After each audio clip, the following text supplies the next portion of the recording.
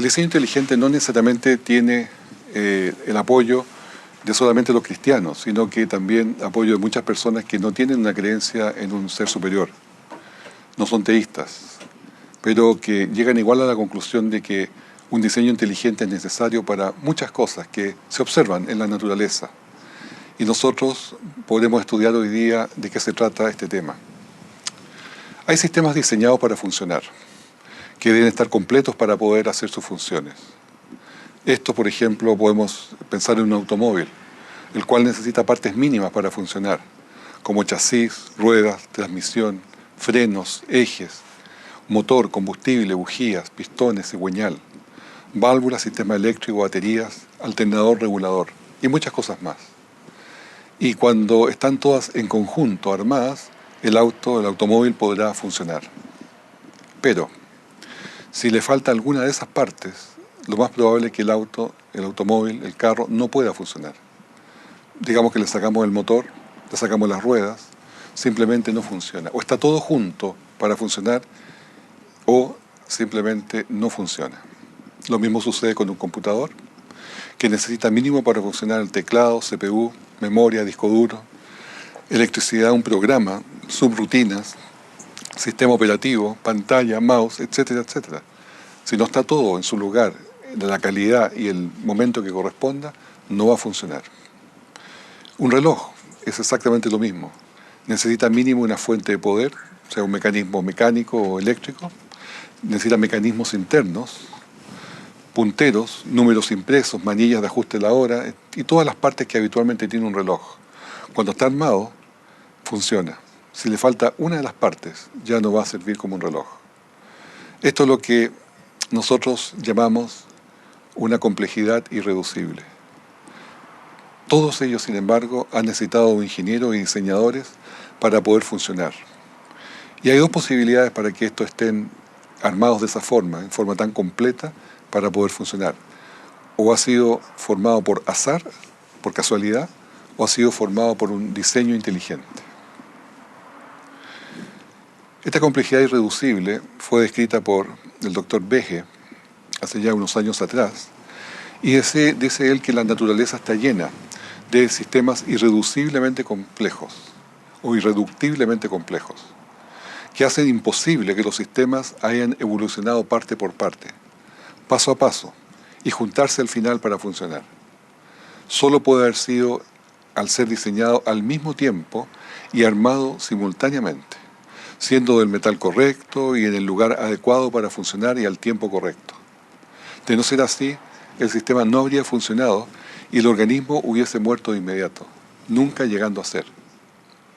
Y es un ejemplo muy simple, es el de la trampa de ratón, el cual tiene que tener todos sus componentes, la base, el martillo, el mecanismo de resorte para ganar energía y el mecanismo para soltarlo. Y por cierto, el alimento para poder atraer al ratón. Todo esto, cada uno de ellos tiene que estar en su lugar, en su momento adecuado y del material adecuado. Si no, simplemente no funciona. Pero esto mismo sucede también con órganos mucho más complejos que también son complejamente irreducibles, como el corazón, el hígado, el riñón, las plantas, el escarabajo bombardero, etcétera, etcétera. Todo es complejo. En realidad, nada es simple. Darwin declaraba referente a esta complejidad irreducible lo siguiente: si pudiera demostrarse que un organismo complejo existe y no hay posibilidad de que haya sido formado por numerosas, sucesivas y pequeñas modificaciones, mi teoría se haría 1000 pedazos. En realidad Darwin hace muchas de sus declaraciones expectativas. Él dice qué es lo que ve, qué es lo que podría ser y cuáles serían los problemas para que no pudieran ser. Es decir, hace muchas conjeturas en sus escritos. Por lo tanto, sabía que este podía ser un gran problema.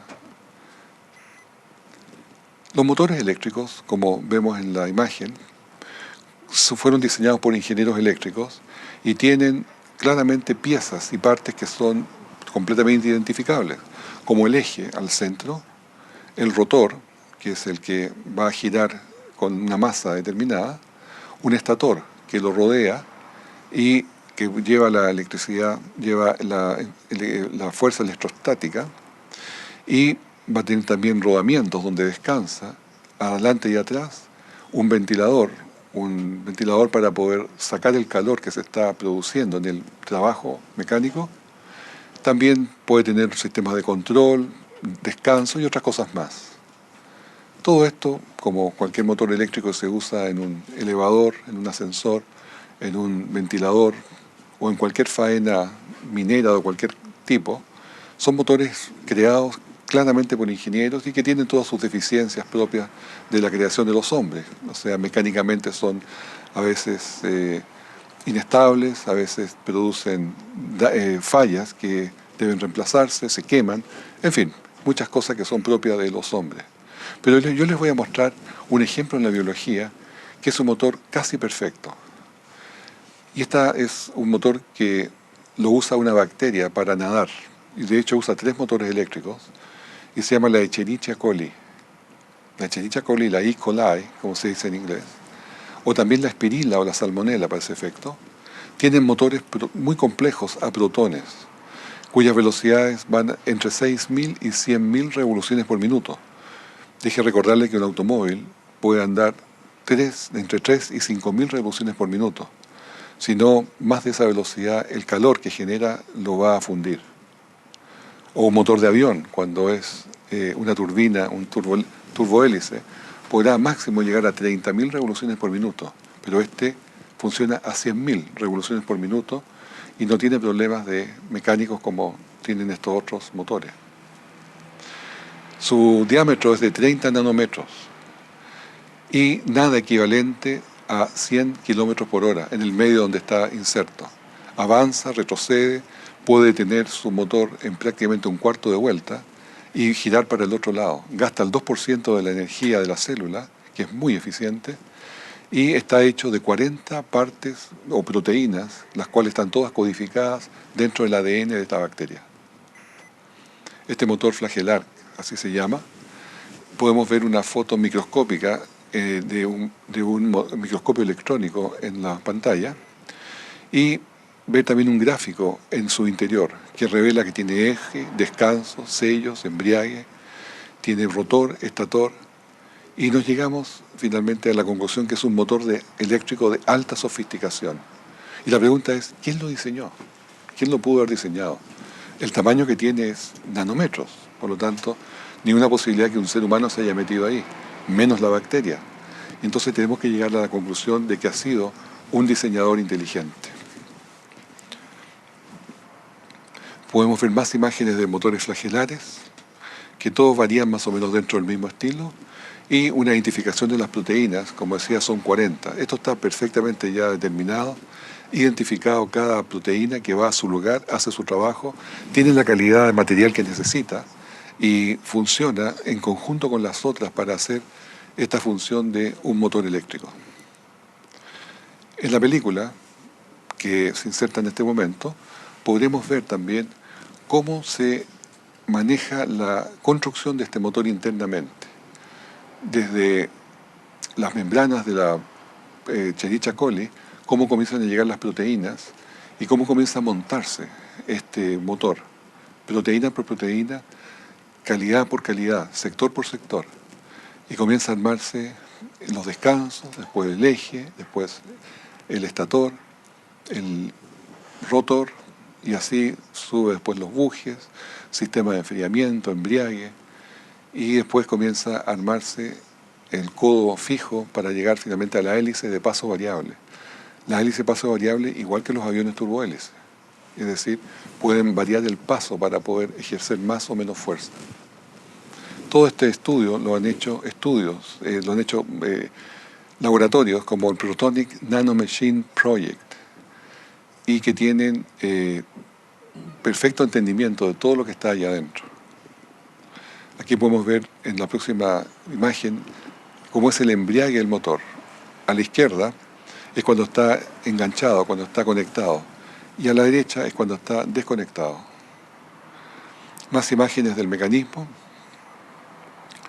Algo más de la salmonela también, que es otra que tiene otro motor un tanto diferente, pero igualmente motor flagelar. Y llegamos finalmente a una serie de motores eléctricos que son los que contienen inteligentemente todos los seres vivos. Hombres, plantas y animales, todos compartimos las mismas estructuras. Y existen más de 40 de estos tipos de motores moleculares conocidos en nuestro cuerpo. El de la derecha es el motor de síntesis del ATP, un motor tremendamente importante porque ese produce el ATP que nos da vida a nosotros. El ADP se sintetiza en ATP, adenotrifosfato, en la mitocondria. Y este ATP, como decía, es el combustible que nos hará funcionar como seres humanos en el sistema nervioso, las secreciones hormonales, la circulación, las reacciones acopladas, las contracciones musculares, la respiración de los tejidos, la respiración misma, la reparación de los tejidos, la respiración, la contractibilidad del miocardio, todo funciona con ATP. Si por alguna razón este ATP es bloqueado o es detenido su producción, simplemente fallecemos, morimos en ese mismo instante. Funciona a 7.000 revoluciones por minuto, está dentro de la mitocondria y debido a que está dentro de la mitocondria, produce también radicales que justamente afectan al ADN. Fue descubierto este sistema del ATP por Walker y su equipo de trabajo en 1990 y por ello ganaron el Premio Nobel de Ciencia. Tiene 32 componentes este motor y, como decía, lo tienen los animales y las plantas. Veremos ahora el video donde el motor de ATP, síntesis de ATP, se ve funcionando y cómo hace toda su maravillosa función. El próximo motor que vamos a ver es el de miosina actina en los músculos, que es un verdadero motor eléctrico que mueve los músculos.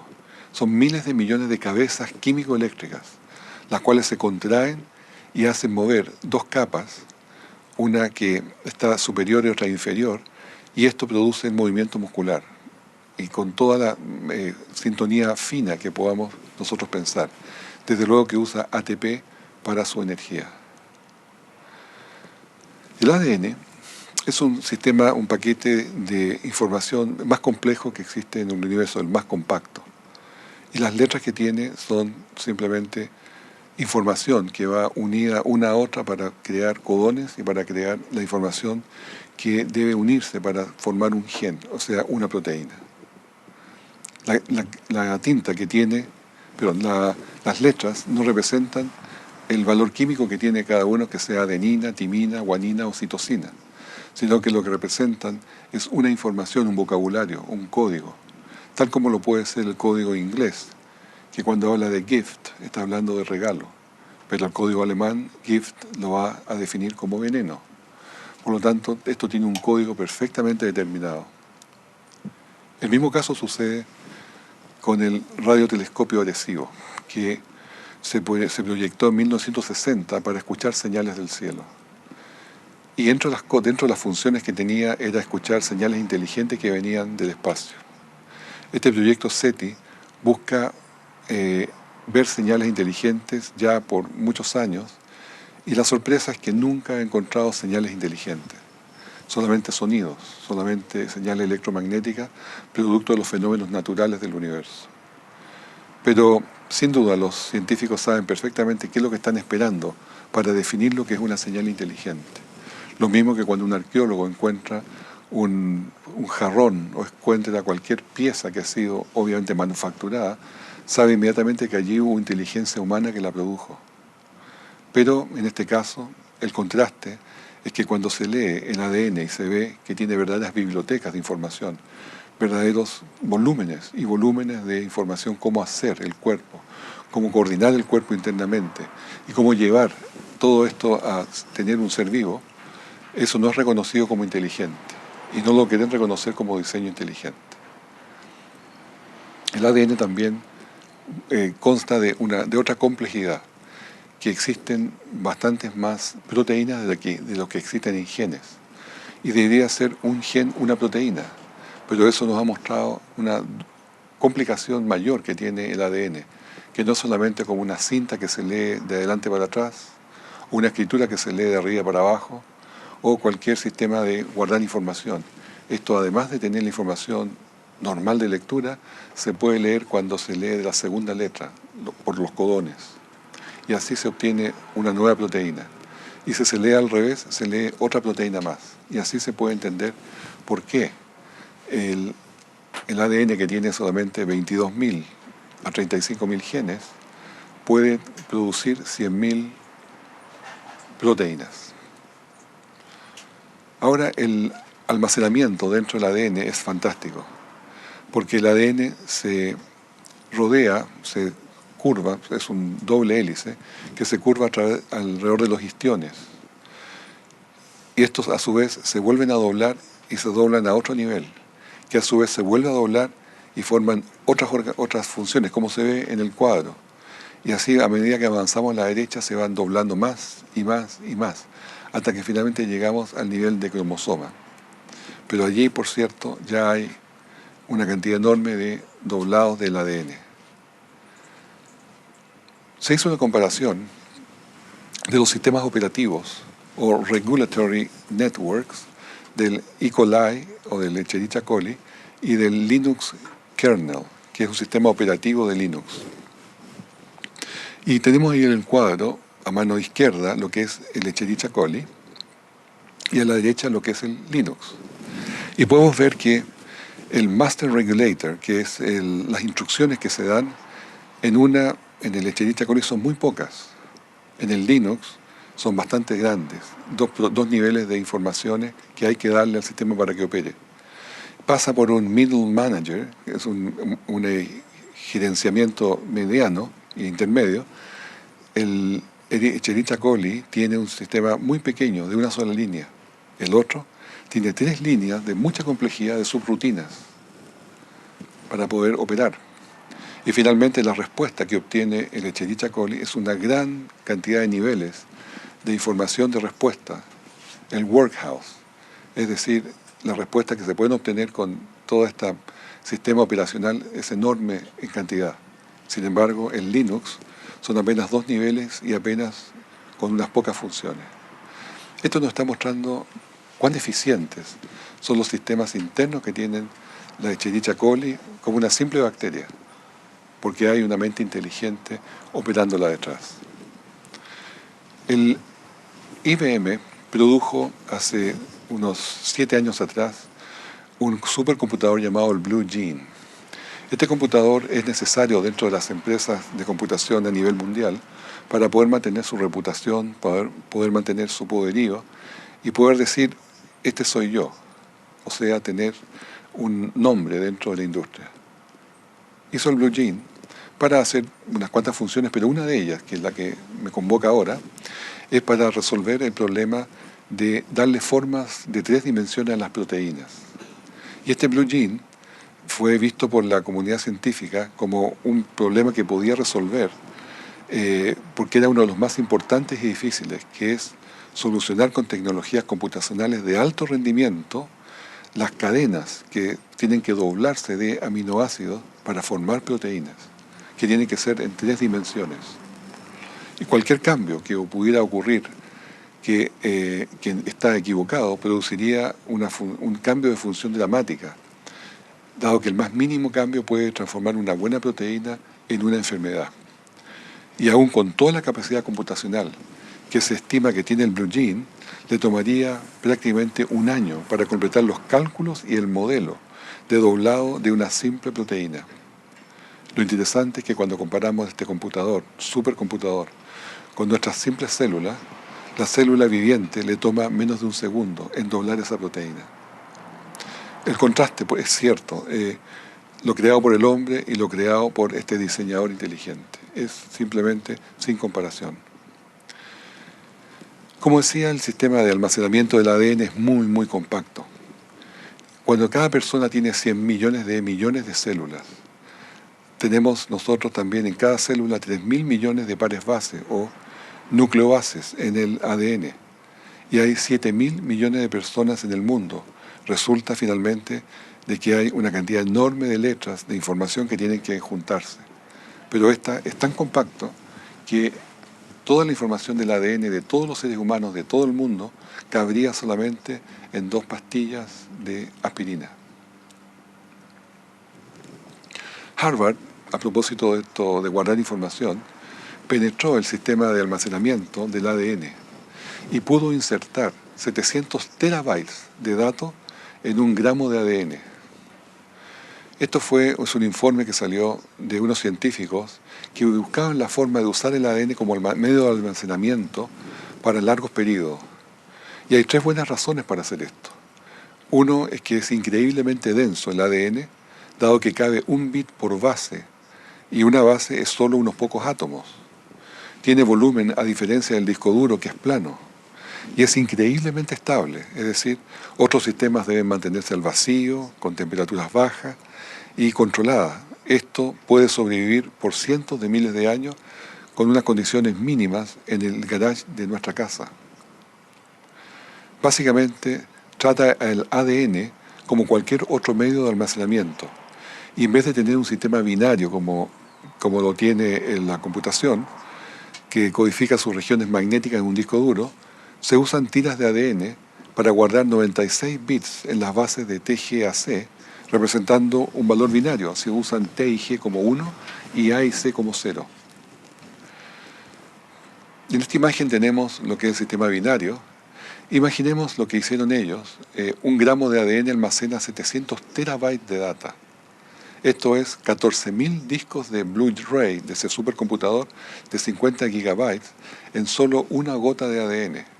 Para guardar una cantidad similar de datos en discos duros, que es el medio más denso que se tiene hoy día, se necesitarían 233 drives de 3 terabytes que pesan en total 151 kilos. En el caso de Church y Kosuri, que son los investigadores de esto de Harvard, ellos lograron almacenar 700 kilobytes de data en el ADN y le hicieron 70 billones de copias, haciendo un total de 44 petabytes de información de data almacenada. Un avance así permitiría guardar todo lo que existe en información en el mundo sin límites. Por ejemplo, si se llenase la Tierra de cámaras web y se grabase cada momento de que pasa en la Tierra, cada esquina, cada lugar, cada momento que vive el mundo, para la posteridad, simplemente no habría lugar para guardar tanta información.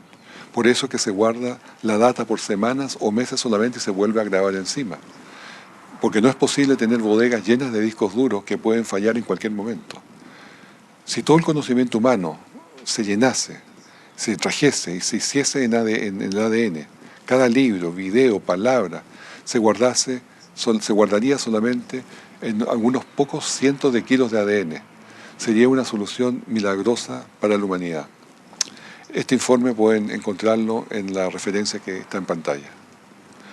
Darwin pensaba que la célula era una cosa simple, como un granúsculo de gelatina o algo así, sin mayor información. No sabía lo que había adentro.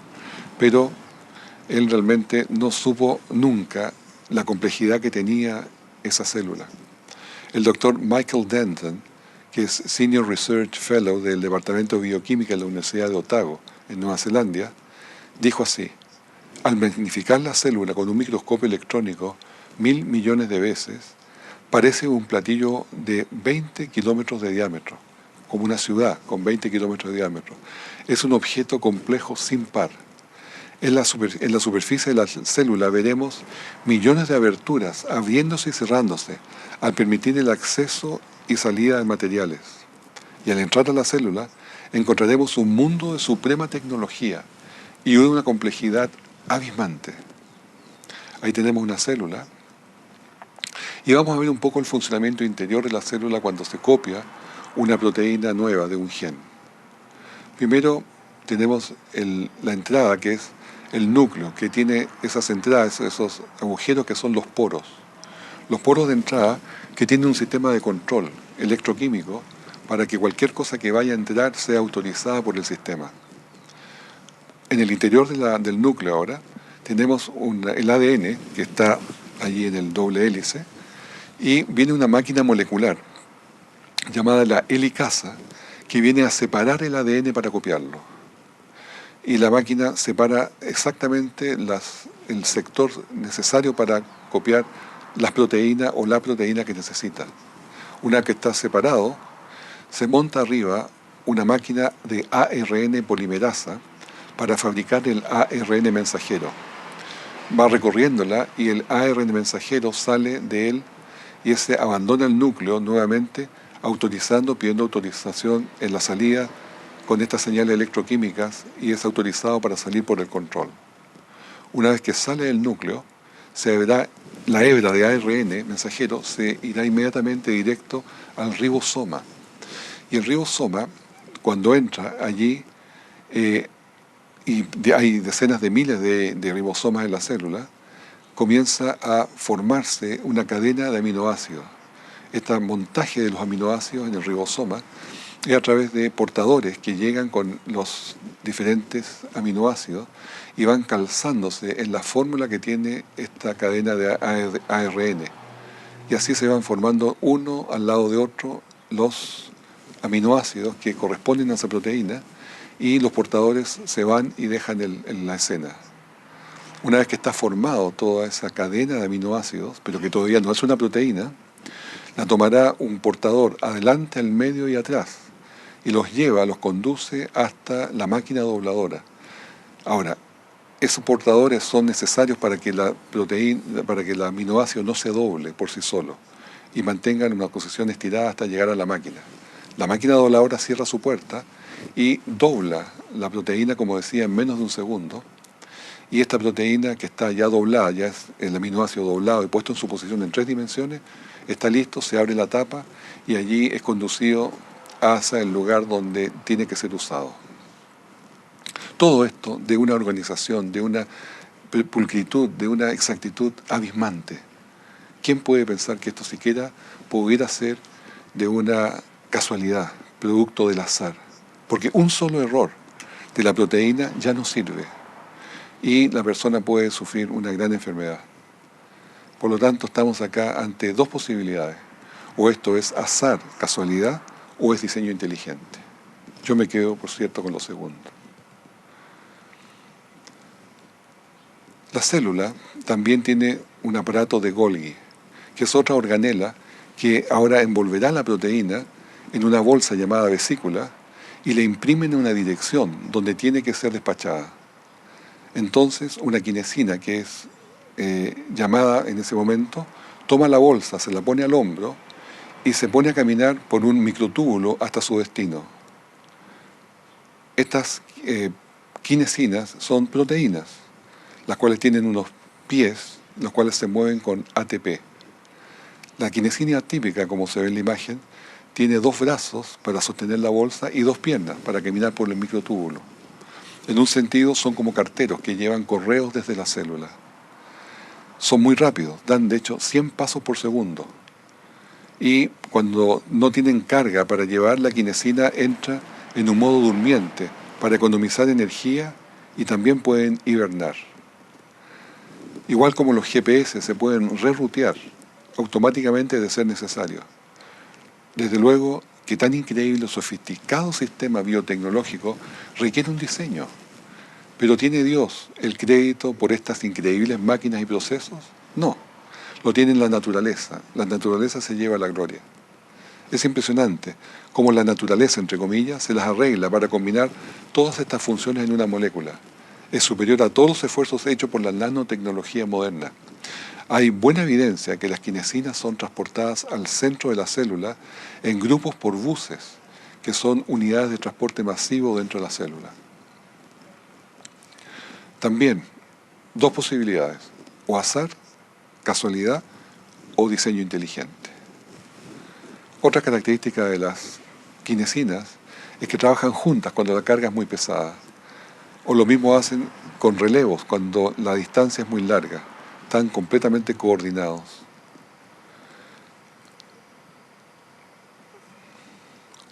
Ahora estas carreteras, que son los microtúbulos, se van formando y desarmando constantemente para ir sirviendo a donde hay necesidades de llevar químicos o proteínas. Y estas carreteras, que son miles, a veces requieren, cuando se cruzan, señales de tránsito. Y eh, una quinesina se parará y la otra le dejará, pasará para poder coordinar su tráfico. Esto, sin duda, es un milagro, es una cosa de una complejidad increíble y desde luego que el azar no podemos ni siquiera pensar que pueda tener una parte en esto, sino tiene que haber un diseñador inteligente. Veamos cómo se muestra en este video la quinesina haciendo su trabajo. Tenemos también una entrevista al doctor investigador en ciencias oftálmicas, el doctor George Marshall. El doctor George Marshall se le preguntó qué opina del ojo humano como producto de la evolución. Y él dice, mientras más estudio el ojo humano, más duro es poder creer que evolucionó. La mayoría de la gente se fija en el milagro de la vista. Yo veo el milagro de la estructura compleja que tiene. Es la perfección de esa complejidad que me hace rechazar esta teoría de la evolución. Dice, ¿puede darnos una idea de cuán complejo es el ojo? Y responde él, la retina es el tejido más complejo de todo el cuerpo humano. Millones de células nerviosas se interconectan de una manera fantástica para formar un cerebro en miniatura. Mucho de lo que los fotorreceptores ven es interpretado y procesado por la retina mucho antes de que entre la señal al cerebro. La estructura del ojo realmente, como vemos en pantalla, es un sistema complejo y reducible, donde participa una retina, millones de células especializadas, nervio óptico, medio acuoso, cristalino, músculo y elementos químicos como rodopsin, transducina, fosfodiesterasa. Y el funcionamiento del ojo también es una cosa muy compleja, es una cascada de eventos. No es nada de simple, no hay nada simple dentro del cuerpo. Cuando la luz llega de color hasta la retina, reacciona con una molécula retinal que inmediatamente cambia de forma. El cambio de forma fuerza a cambiar de forma a la proteína llamada rodopsin, a la que esta molécula está atada. El cambio de la molécula rodopsin le hace atraerse a una segunda molécula llamada transducina. Cuando esto sucede, la transducina suelta una pequeña molécula y acepta otra con una pequeña diferencia en su lugar. La transducina entonces se une a una tercera proteína, que se llama fosfodiesterasa, la que a su vez produce una molécula muy especial que reduce los iones de sodio cargados positivamente. El desbalance eléctrico producido por entre estos iones positivos y negativos de adentro y fuera de la membrana celular produce una carga eléctrica que se transmite al nervio óptico y viene a ser interpretada por el cerebro como visión. Está descrito, este hecho que acabamos de ver, pasa miles de puntos en la retina y va cambiando cada microsegundo para darnos sentido en movimiento, como una película, y en colores. Estas señales de hecho se desplazan hasta el cerebro por un ritmo de 1.000 millones por segundo. Es simplemente un sistema maravilloso, complejísimo. Y el cerebro, por cierto, está preparado para producir esa visión, que es otra obra en sí mismo maravillosa de diseño. Todo esto producto del azar o producto de un diseño inteligente. Cuando Darwin tenía que explicar esto de la vista, decía, Darwin dándose cuenta de que pretender que el ojo lleno de complejidad apareciera de una generación a otra sería solo un milagro. El razonamiento que usó es que un nervio de repente se había hecho sensible a la luz y después de esto fue adquiriendo características de ojo. ¿Quién diseñó? ¿Cómo puede suceder esto? Que un nervio se pone sensible a la luz y ya es un ojo. En realidad es sobresimplificación, ¿no es cierto? Podemos saber en la imagen de más abajo cómo es el ojo de animales tan simples, supuestamente, como un gusano o de un insecto, de un pulpo y los mamíferos. Todos de tremenda complejidad. El ADN también, como otro sistema inteligente, tiene lo que se llama sistema de reparación, el DNA glicosilases, que son unas enzimas especiales que recorren la molécula del ADN, detectan las letras dañadas, las toman y la ponen en un bolsillo especial. Allí la destruye y así otras enzimas reparan el espacio que quedó. Las instrucciones para montar esta máquina de reparación, sin embargo, está codificada en la misma molécula de ADN que está reparando. O sea, es un círculo tremendamente vicioso, imposible de explicar para la evolución. Si no existiese el sistema de reparación del ADN, el ADN glicosílases, el mecanismo significaría que una degradación se produciría muy rápido y las especies desaparecerían igualmente rápido, debido a que todos estos errores que se producen simplemente destruiría la información para crear nuevos seres. El ADN en un tiempo se pensó que tenía en su gran cantidad de la información, era repetitiva y sin ningún significado. Y se le llamó peyorativamente el ADN basura, el junk DNA. Los críticos del creacionismo, los evolucionistas, decían que el ADN solo codificaba el 10% para formar proteínas, o sea, eran genes. El resto del material sería inútil. Hoy día se sabe que incluso es menos del 10%. Dawkins y otros decían que el ADN sin código es basura o ADN egoísta y que no podría un diseñador inteligente, entre comillas, Dios, crear un sistema tan ineficiente. Por lo tanto, debe haber evolucionado. Esas son las conclusiones finales. Pero aquí se confunde no saber para qué es con inutilidad. En el último decenio se ha descubierto sus funciones y van desde la formación del feto a funciones que aún se están descubriendo como un sistema regulador dentro del cuerpo, dentro de la célula. Tiene la matriz nuclear y las estructuras en 3 dimensiones y el empaquetamiento. Es decir, tienen todo tipo de funciones este ADN que no se veía como, y se le llamaba peyorativamente basura.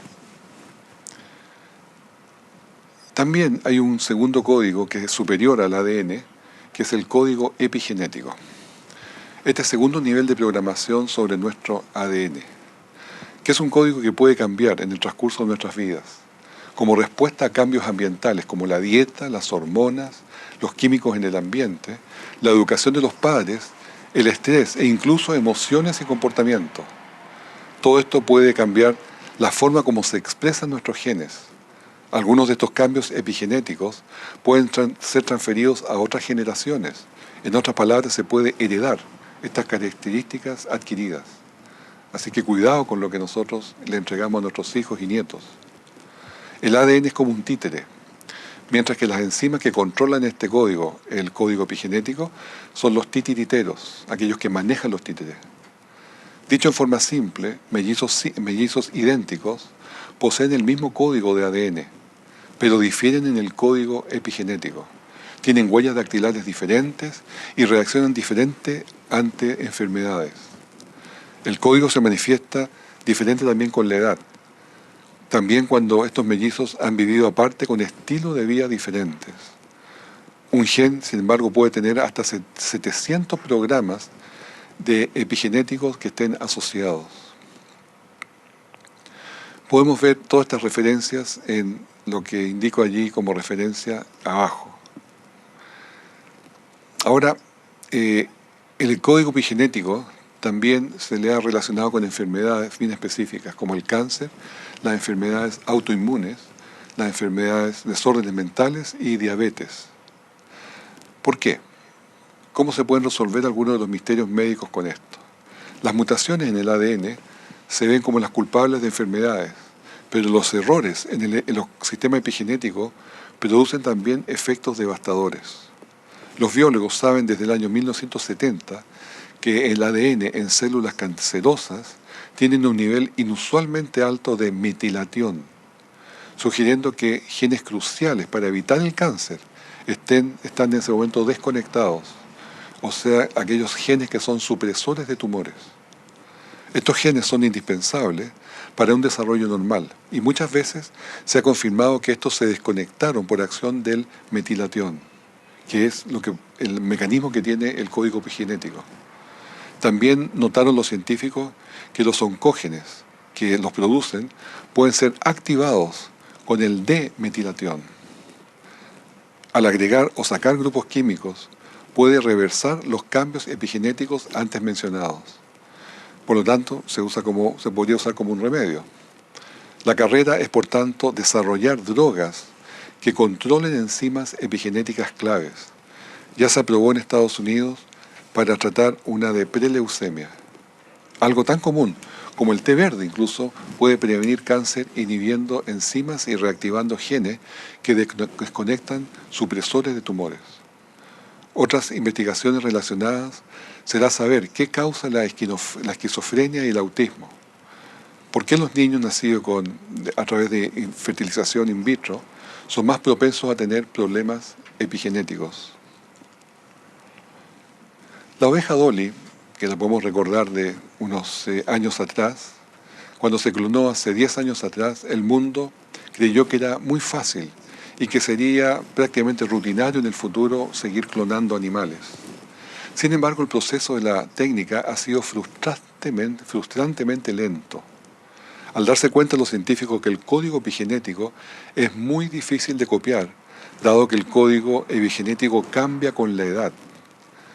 Por lo tanto, el epigenoma de los 6 años es muy diferente al recién nacido, y eso le pasó a la oveja Dolly. Así es como el huevo tiene que borrar el código epigenético y reprogramarse. El inventor de Dolly dijo: cuando nos damos cuenta de lo que le pedimos al huevo hacer, por nosotros deberíamos estar sorprendidos que la clonación haya resultado un día. Hay un doctor llamado Peter Line, que él es un neurocientista cuya investigación se centra en la electrofisiología del cerebro. Es profesor de neuroanatomía en una universidad australiana. Y él cuenta que el cerebro es mucho más que un computador. Peter explica que el cerebro no es diferente a un computador, pero es mucho más complejo. Por ejemplo, si se rompe una parte del circuito del computador, este no funciona. Pero el cerebro tiene una gran cantidad de recursos adicionales y si se daña otra parte del cerebro toma la función de la parte destruida parcialmente. La extraordinaria complejidad del cerebro hace inconcebible que procesos naturales le puedan diseñar. La selección natural no puede crear nada. Para elegir una conexión nerviosa, por ejemplo, necesita una información genética adecuada que especifica cómo hacer esta elección. La mutación como sistema creativo del cerebro no tiene sentido. Es ridículo. Una mutación en el cerebro produciría un cerebro defectuoso. No más grande ni mejor. Imposible que se haya creado por accidentes genéticos, ni por todo el tiempo que tenga disponible. Tiempo atrás, en los comienzos del 1900, se pensaba que habían en el cuerpo alrededor de 180 estructuras humanas que eran vestigiales. Y vestigiales es lo que se conoce como venida de los animales. Se sabe hoy día que todas estas 180 funciones tienen por lo menos una función específica y que no son atávios, no son atávicos y venidos de prácticamente el mono. Por ejemplo, algunos de ellos, las amígdalas, que era muy normal en el pasado que se le cortase a los niños cuando tenían ronquidos o tenían inflamados, hoy día se sabe que es la primera línea de defensa de nuestro cuerpo. O el apéndice, que también se cree que es inútil o que es solamente un resabio de los simios. También tiene una función clarísima en el sistema defensivo del cuerpo. O para ese efecto los pelos del cuerpo, o las cejas, o las pestañas, o la glándula pineal, o el diente, o las muelas del juicio, o la glándula del timo, o incluso las tetillas que tienen también los hombres. Y esto no es sino una razón de economía que el cuerpo diseña y hace todo igual hasta avanzado el embrión en el vientre de la madre. Y así, vamos punto por punto, veremos que todo tiene una función, todo tiene una razón de ser. Es decir, no son órganos vestigiales de ninguna parte, simplemente son órganos no entendidos por el hombre. Hay un insecto del cual quiero hablar que se llama el escarabajo bombardero. Este escarabajo bombardero, como se ve en la imagen, tiene la habilidad de disparar por su cola, a través de una tobera, ácido hirviendo a 100 grados centígrados. Este escarabajo bombardero tiene esta característica que obviamente no la tienen otros insectos. Y con esto puede defenderse cuando se les quiere tragar una rana, una hormiga o una serpiente. ¿Y qué es lo que hace? A través de su cola dirige un chorro de ácido que le impacta directamente en la cara. Es ácido hirviendo a 100 grados centígrados y todos yo creo que sabemos lo que es quemarse con agua caliente. El escarabajo bombardero tiene en su abdomen una glándula que produce hidroquinona, otra glándula que produce peróxido de hidrógeno, y esto lo reúne en un estanque de almacenamiento en su abdomen. Una vez que está almacenado allí y se siente atacada, carga una cámara de explosión. Esa cámara de explosión está especializada para recibir una alta presión y poder disparar hacia afuera el producto de esta explosión. Pero para que explote necesita la adición también de unas enzimas catalizadoras que están también inyectadas en esa cámara de explosión. Y eso produce la explosión y finalmente sale el producto afuera con gran velocidad, temperatura y presión. No se quema para sí, no se quema en sí mismo, para nada. Y esa tobera la puede mover en casi 180 grados. Este animal que tiene este sistema defensivo no es por casualidad, porque no pudo haberse desarrollado una parte, después otra, y por casualidad se encontraron. Esto es simplemente un diseño importante de un diseñador, o casualidad. Yo creo que es más bien un diseño de un gran diseñador. Sin embargo, la evolución y los escépticos dijeron algo del escarabajo bombardero, y esta es la cita.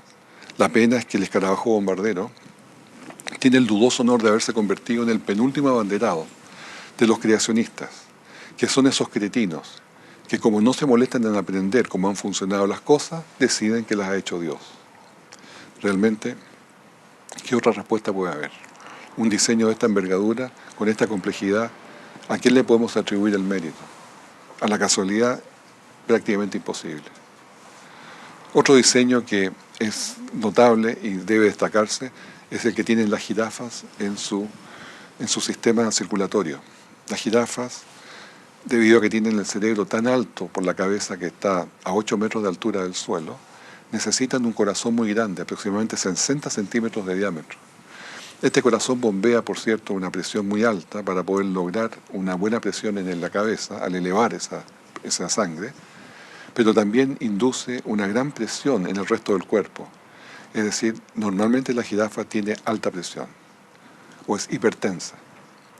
Y esto significa que está en riesgo de que si un león o una fiera la araña en todos sus miembros, especialmente las patas, podría desangrarse.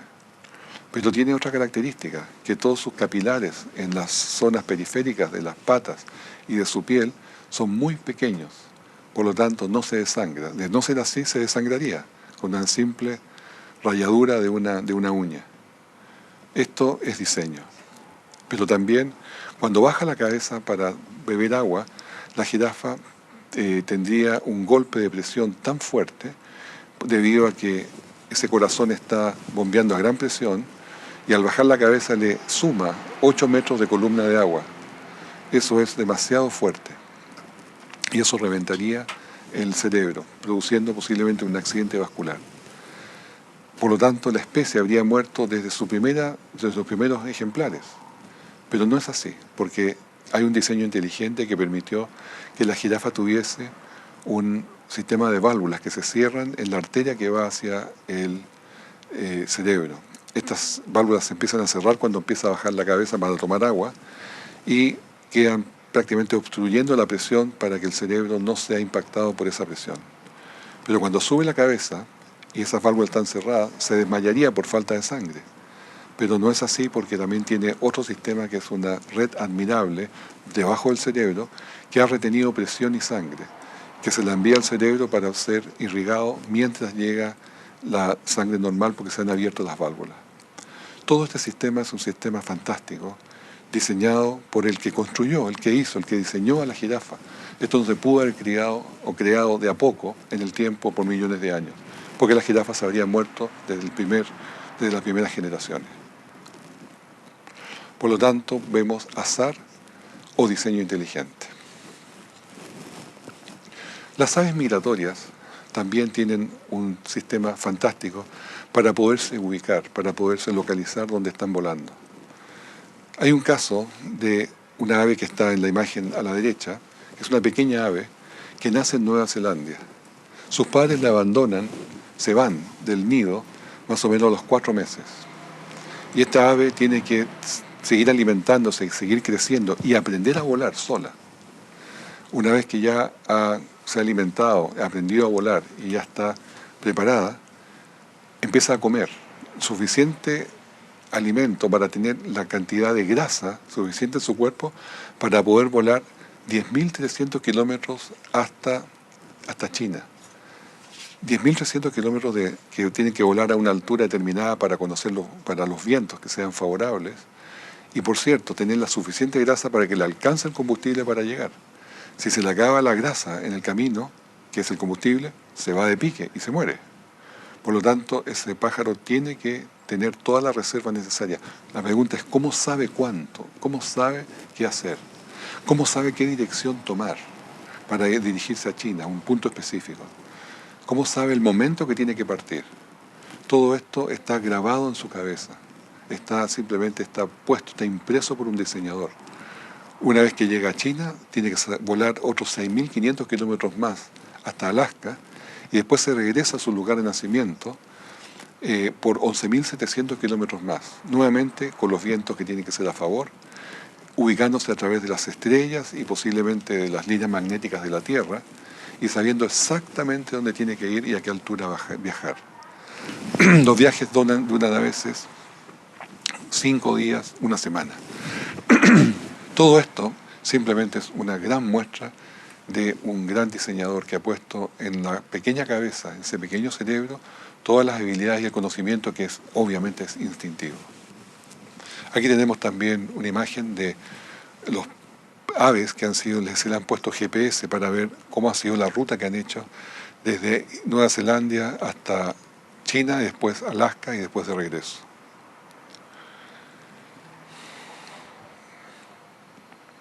Las abejas también tienen un sistema de ubicación, de dirección donde está la flor y el polen y un sistema de comunicación entre ellas. Cuando una abeja exploradora ha visto dónde están las flores, va a su colmena y le indica a todas las obreras que tienen que salir hacia dónde tienen que dirigirse, y lo hace a través de un baile en 8. Ese baile va a tener un eje al medio, y ese eje, la dirección hacia donde apunta es hacia donde está la flor o las flores. Y todos van a entender exactamente esa relación como está en la figura. También en el mismo baile de 8 que baila, depende de la velocidad con que lo hace, los pasos que da, indica la distancia donde está esa flor. Así que así tienen dirección y distancia. Se trajo como experimento abejas asiáticas a las abejas americanas en el colmenar y se pusieron juntas a ver si se entendían en este lenguaje. Y así fue. Entendieron perfectamente la dirección y la distancia donde estaban las flores. Esto es un experimento que se hizo, por cierto, y nos muestra cómo tienen grabado en su pequeño cerebro, en su pequeño sistema, cómo hacer las cosas y cómo entenderse entre ellas en la especie. Los cetáceos, las ballenas, tienen un sistema de sonar fantástico. Detectan objetos de tamaño de una pelota de golf a 70 metros de distancia en el mar. Tienen una especie de melón en la cabeza, que es una sofisticada estructura de una combinación de grasas que manejan las ondas de ultrasonido. Imposible que sean desarrollado esto parte por parte. Este conjunto de grasas o lípidos tiene un espesor, tiene unas distancias, tiene una constitución exacta para poder realmente enviar una señal sonora y poderla detectar después de vuelta y poderla entender, interpretar. Y es de una exactitud fantástica. Los buques, de hecho, usan esto, pero de una forma bastante más violenta, y por eso se cree que muchas ballenas se varan en las playas, incluso delfines, que tienen también este sistema, porque les descalibran, les vuelven locas esas señales que son absolutamente brutales para su sensibilidad. Se ve la imagen ahí a la derecha abajo. Bueno, un sistema de los cetáceos que tiene que ser o por azar o diseño inteligente. Otros diseños que podemos encontrar en la naturaleza son, por ejemplo, el ojo de la langosta, que fue tomado como modelo para usar un telescopio, diseñar un telescopio de rayos X, un telescopio que ya está en el espacio, que se llama el Chandra, por la NASA. Fue usado un ojo de una langosta, que lee en rayos X. También los peces que detectan con campos eléctricos a su presa. Es un diseño fantástico. O la anguila que mata con alto voltaje a su presa por la unión de múltiples celdas voltaicas. O la seda de araña, que es más resistente aún que el Kevlar, que es lo más firme que ha hecho el hombre y que se usa en los chalecos antibalas. Pero el Kevlar, pero la seda de araña, es tan resistente que si nosotros hiciésemos un cable de solamente el grosor de un lápiz con seda de araña, podemos levantar hasta 200 toneladas. Y el sonar del murciélago, que en sí mismo también es una gran maravilla. Y les quería contar una cosa más, otra maravilla que hay en la naturaleza, que es el agua. En este gráfico vemos en la mano izquierda el agua cuando ya está formada, cuando está formada en hielo. A la derecha, en azul, es cuando es agua líquida, que está todo como desordenado la estructura. Pero cuando se forma hielo, se hacen unas estructuras especiales y se forma una ampliación, se expande el agua al formarse hielo, y esto es el único elemento en la naturaleza que hace así, que al enfriarse se expande y puede quedar en forma sólida, que es el hielo. Todos los otros elementos se contraen.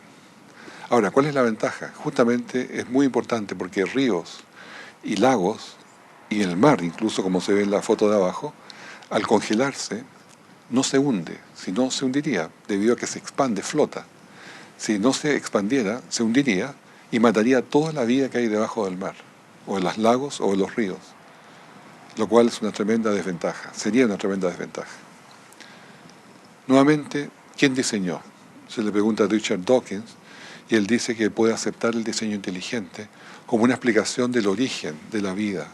Si esto significa que extraterrestres trajeron la vida a la Tierra, es lo que se llama normalmente la panspermia.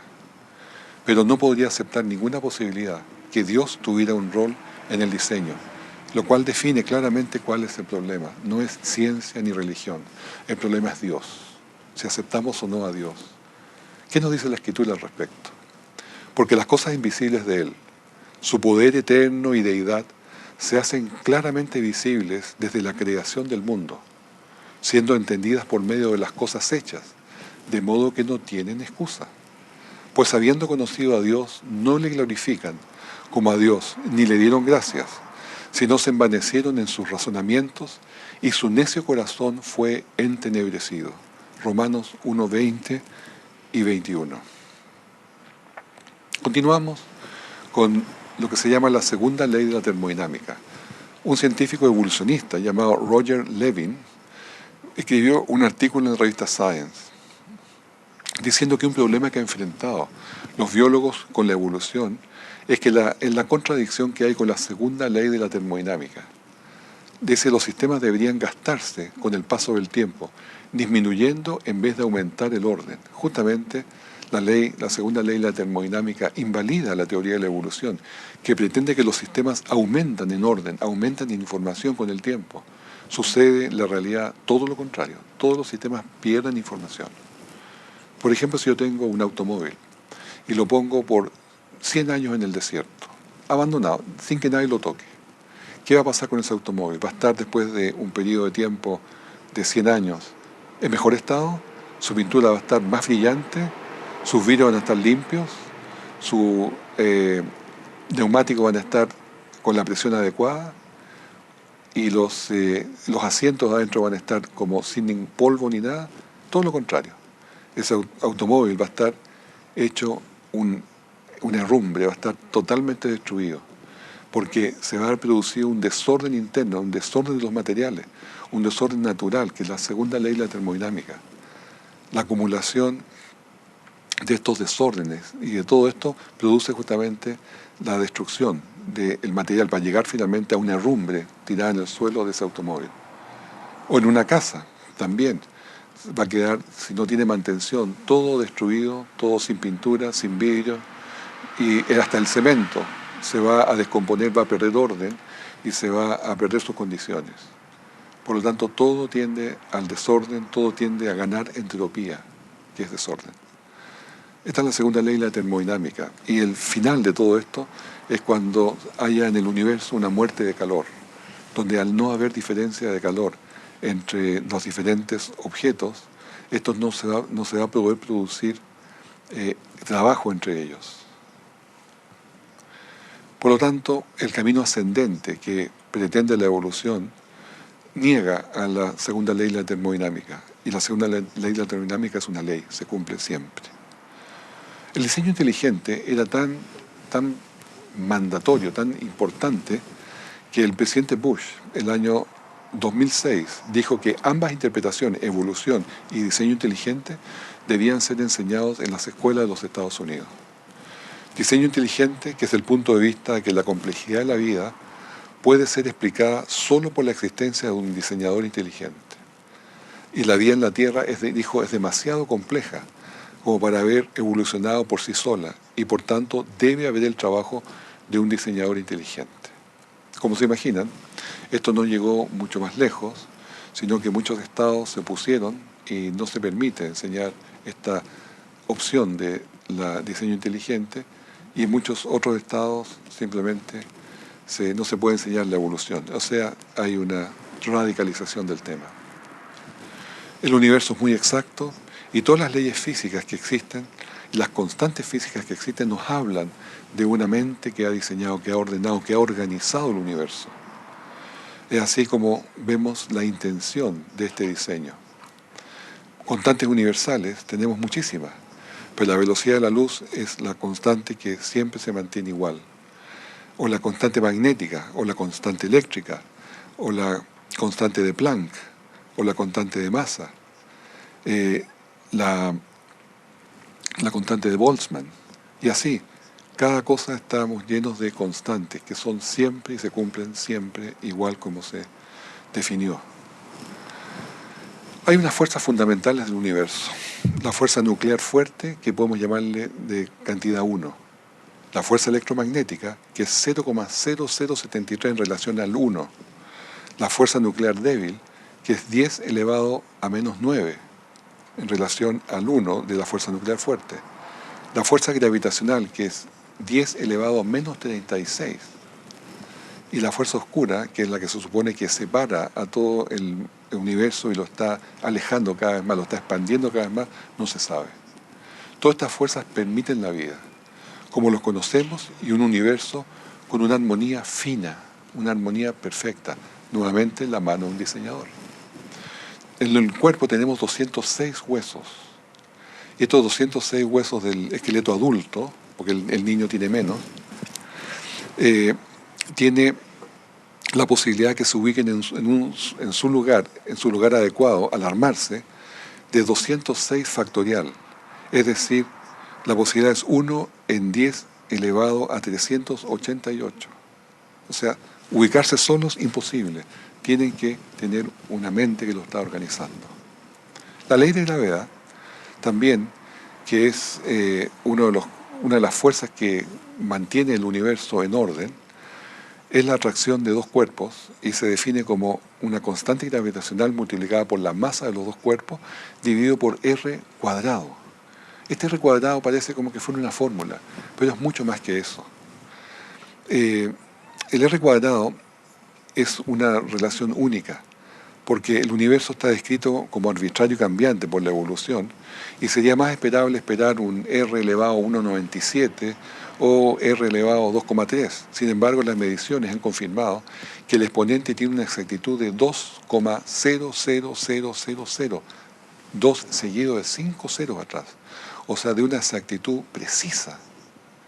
Un investigador describió esta extrema exactitud como demasiado limpio, a lo que debemos concluir que muestra un diseño creado y preciso. Si el exponente se desviara solo en un poco del 2.00000, las órbitas de los planetas y del universo entero pasaría a ser inestable. Llegamos a la misma conclusión. ¿Es esto casualidad o es un diseñador? Por último, y con esto finalizamos, Salmos 139:14 dice: porque tú formaste mis entrañas, tú me hiciste en el vientre de mi madre. Te alabaré porque formidables, maravillosas son tus obras. Estoy maravillado y mi alma lo sabe muy bien.